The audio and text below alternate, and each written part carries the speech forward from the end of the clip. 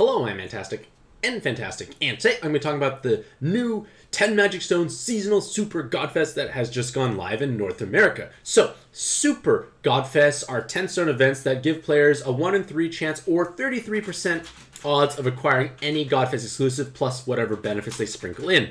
For Seasonal Super Godfest, they are unique because they will take out some of those 6/7 star Godfest exclusives and in turn populate those spaces with seasonal cards. And these seasonal cards are the 7 to 9 star rarities, which are obviously difficult to acquire. And the main reason why Seasonal Super Godfests are so desirable is because rolling in the regular seasonal event is lackluster. For instance, rolling in the Christmas Rare Machine tends to be a terrible ordeal because the bottom rarity cards, the vast majority of cards you can roll, will have no value. Only a couple stuff has merits. But in a seasonal Super Godfest, the bad rolls, and when I say bad, I mean just Pantheon cards. Pantheon cards for a new box can possibly have significant value, and many of the Pantheon cards are powerful and valuable in their own right. Getting your first, say, Leyland and making a Leyland earring is quite a big deal. So, point of the matter is the bottom rolls, or like the bad rolls in Seasonal Super Godfest, are much less painful by comparison to Seasonal Rems,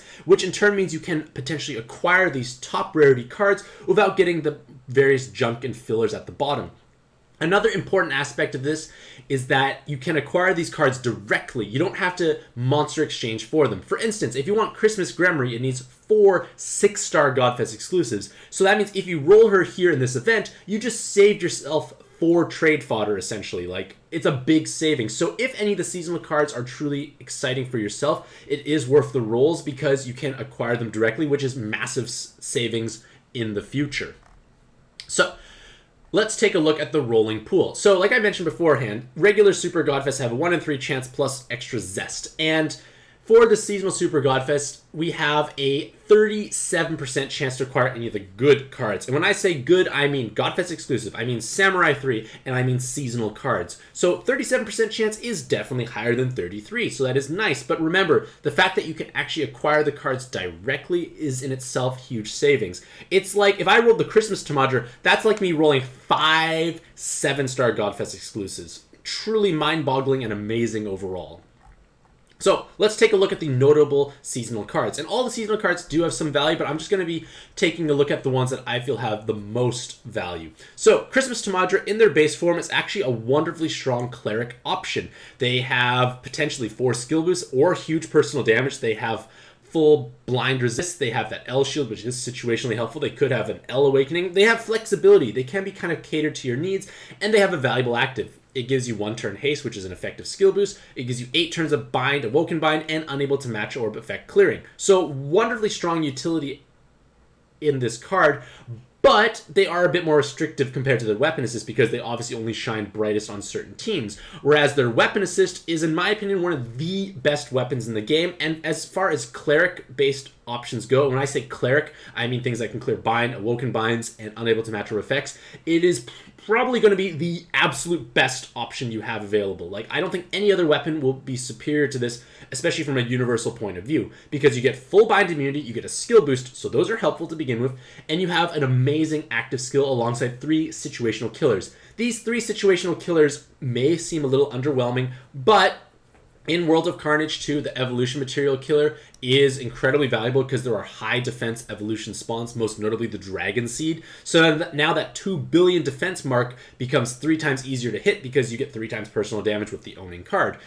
But it's the active skill I want to draw heavy attention to. It gives you 2 turns of delay. So 2 turn delay is either 2 effective skill boosts or a way for you to like stall and buy yourself some additional time. And this 2-turn delay has incredible value against the Ogres in World of Carnage 2. Because the Ogres in World of Carnage 2, the red one especially, will hit you for 600,000 damage on their very first turn. And they have super resolve, so you can't kill them in a single turn. So by delaying them, you basically circumnavigate this problem completely, and now you don't have to hit that 600,000 effective health threshold if you're playing the non-alt version because there's no gem floor. So then all you need to do is be able to tank Sun Quan, ideally without a shield, and then Gills, you probably need a shield either way. But the point of the matter is, it can save yourself a lot of hassle, it saves a lot of headache, it gives you less active skills you have to juggle because you now suddenly can delay that given floor. And of course, it gives you the full bind, awoken bind, and unable to match orb effect clear. So it's obviously the powerful active skill, but it's that delay aspect that sets it apart. And again, skill boost, bind immunity, niche killers, but possibly helpful killers, do make for an incredible card. And I actually Monster Exchange for this Christmas Tamadra during the last Christmas event, and it was one of the absolute best investments I ever made because it's used on almost every single World of Carnage 2 team I bring because it's just such a clean and efficient solution. The fact that it gives a skill boost and an active skill you actually want to have. The next notable seasonal card is Christmas Gremry, and I also did Monster Exchange for Christmas Gremry, and she has, again, been a tremendously powerful investment because she has 4 skill boosts, which helps you transform. She has super jammer resist. She has 2 enhanced fire combos, which does add meaningful passive damage for the entire team. She also has a follow-up attack, which you might think is kind of weird, but follow-up attack is valuable, especially for Sena teams, especially if you're not running Polone, because you won't necessarily have follow-up attack anywhere on a given team, and Christmas Gremry can bring that. She also has a wonderfully high health stat, which helps you hit those key health thresholds, and an active skill that is wonderfully powerful. You get 3 heart and fire orbs, which is useful for sure, and then you reduce bind, awoken binds, and unable to match up effects by 5 turns. Now, 5 turns won't necessarily be sufficient for all types of situations, but the majority of encounters will be at least 5 turns or less for these because they're more so just trying to give you a little bit of a speed bump to try and see if you can overcome it. And with a 6-turn cooldown, it can be ready on a regular basis. I'm going to go back to World of Carnage 2 because it's a good example. If you have Gremry with an inherit, say, Christmas Tamadra, use it on the Ogre floor, you kill the Ogres in 2 turns, and then you have 2 more floors prior to the next Awoken Bind. So that means you could have potentially 6 turns of stalling, which means Christmas Gremry comes back up immediately and can counter the Awoken Binds on a subsequent floor. So you always basically want to have a Cleric-style card on a given team, and Christmas Gremry is just going to be the absolute best option for mono-fire teams in almost any situation. There's not really any true downside outside of her limited availability. And remember, if you do roll her here directly, that's 4 6-star Godfest exclusive that you just saved. The next notable seasonal card is Halloween Bastet.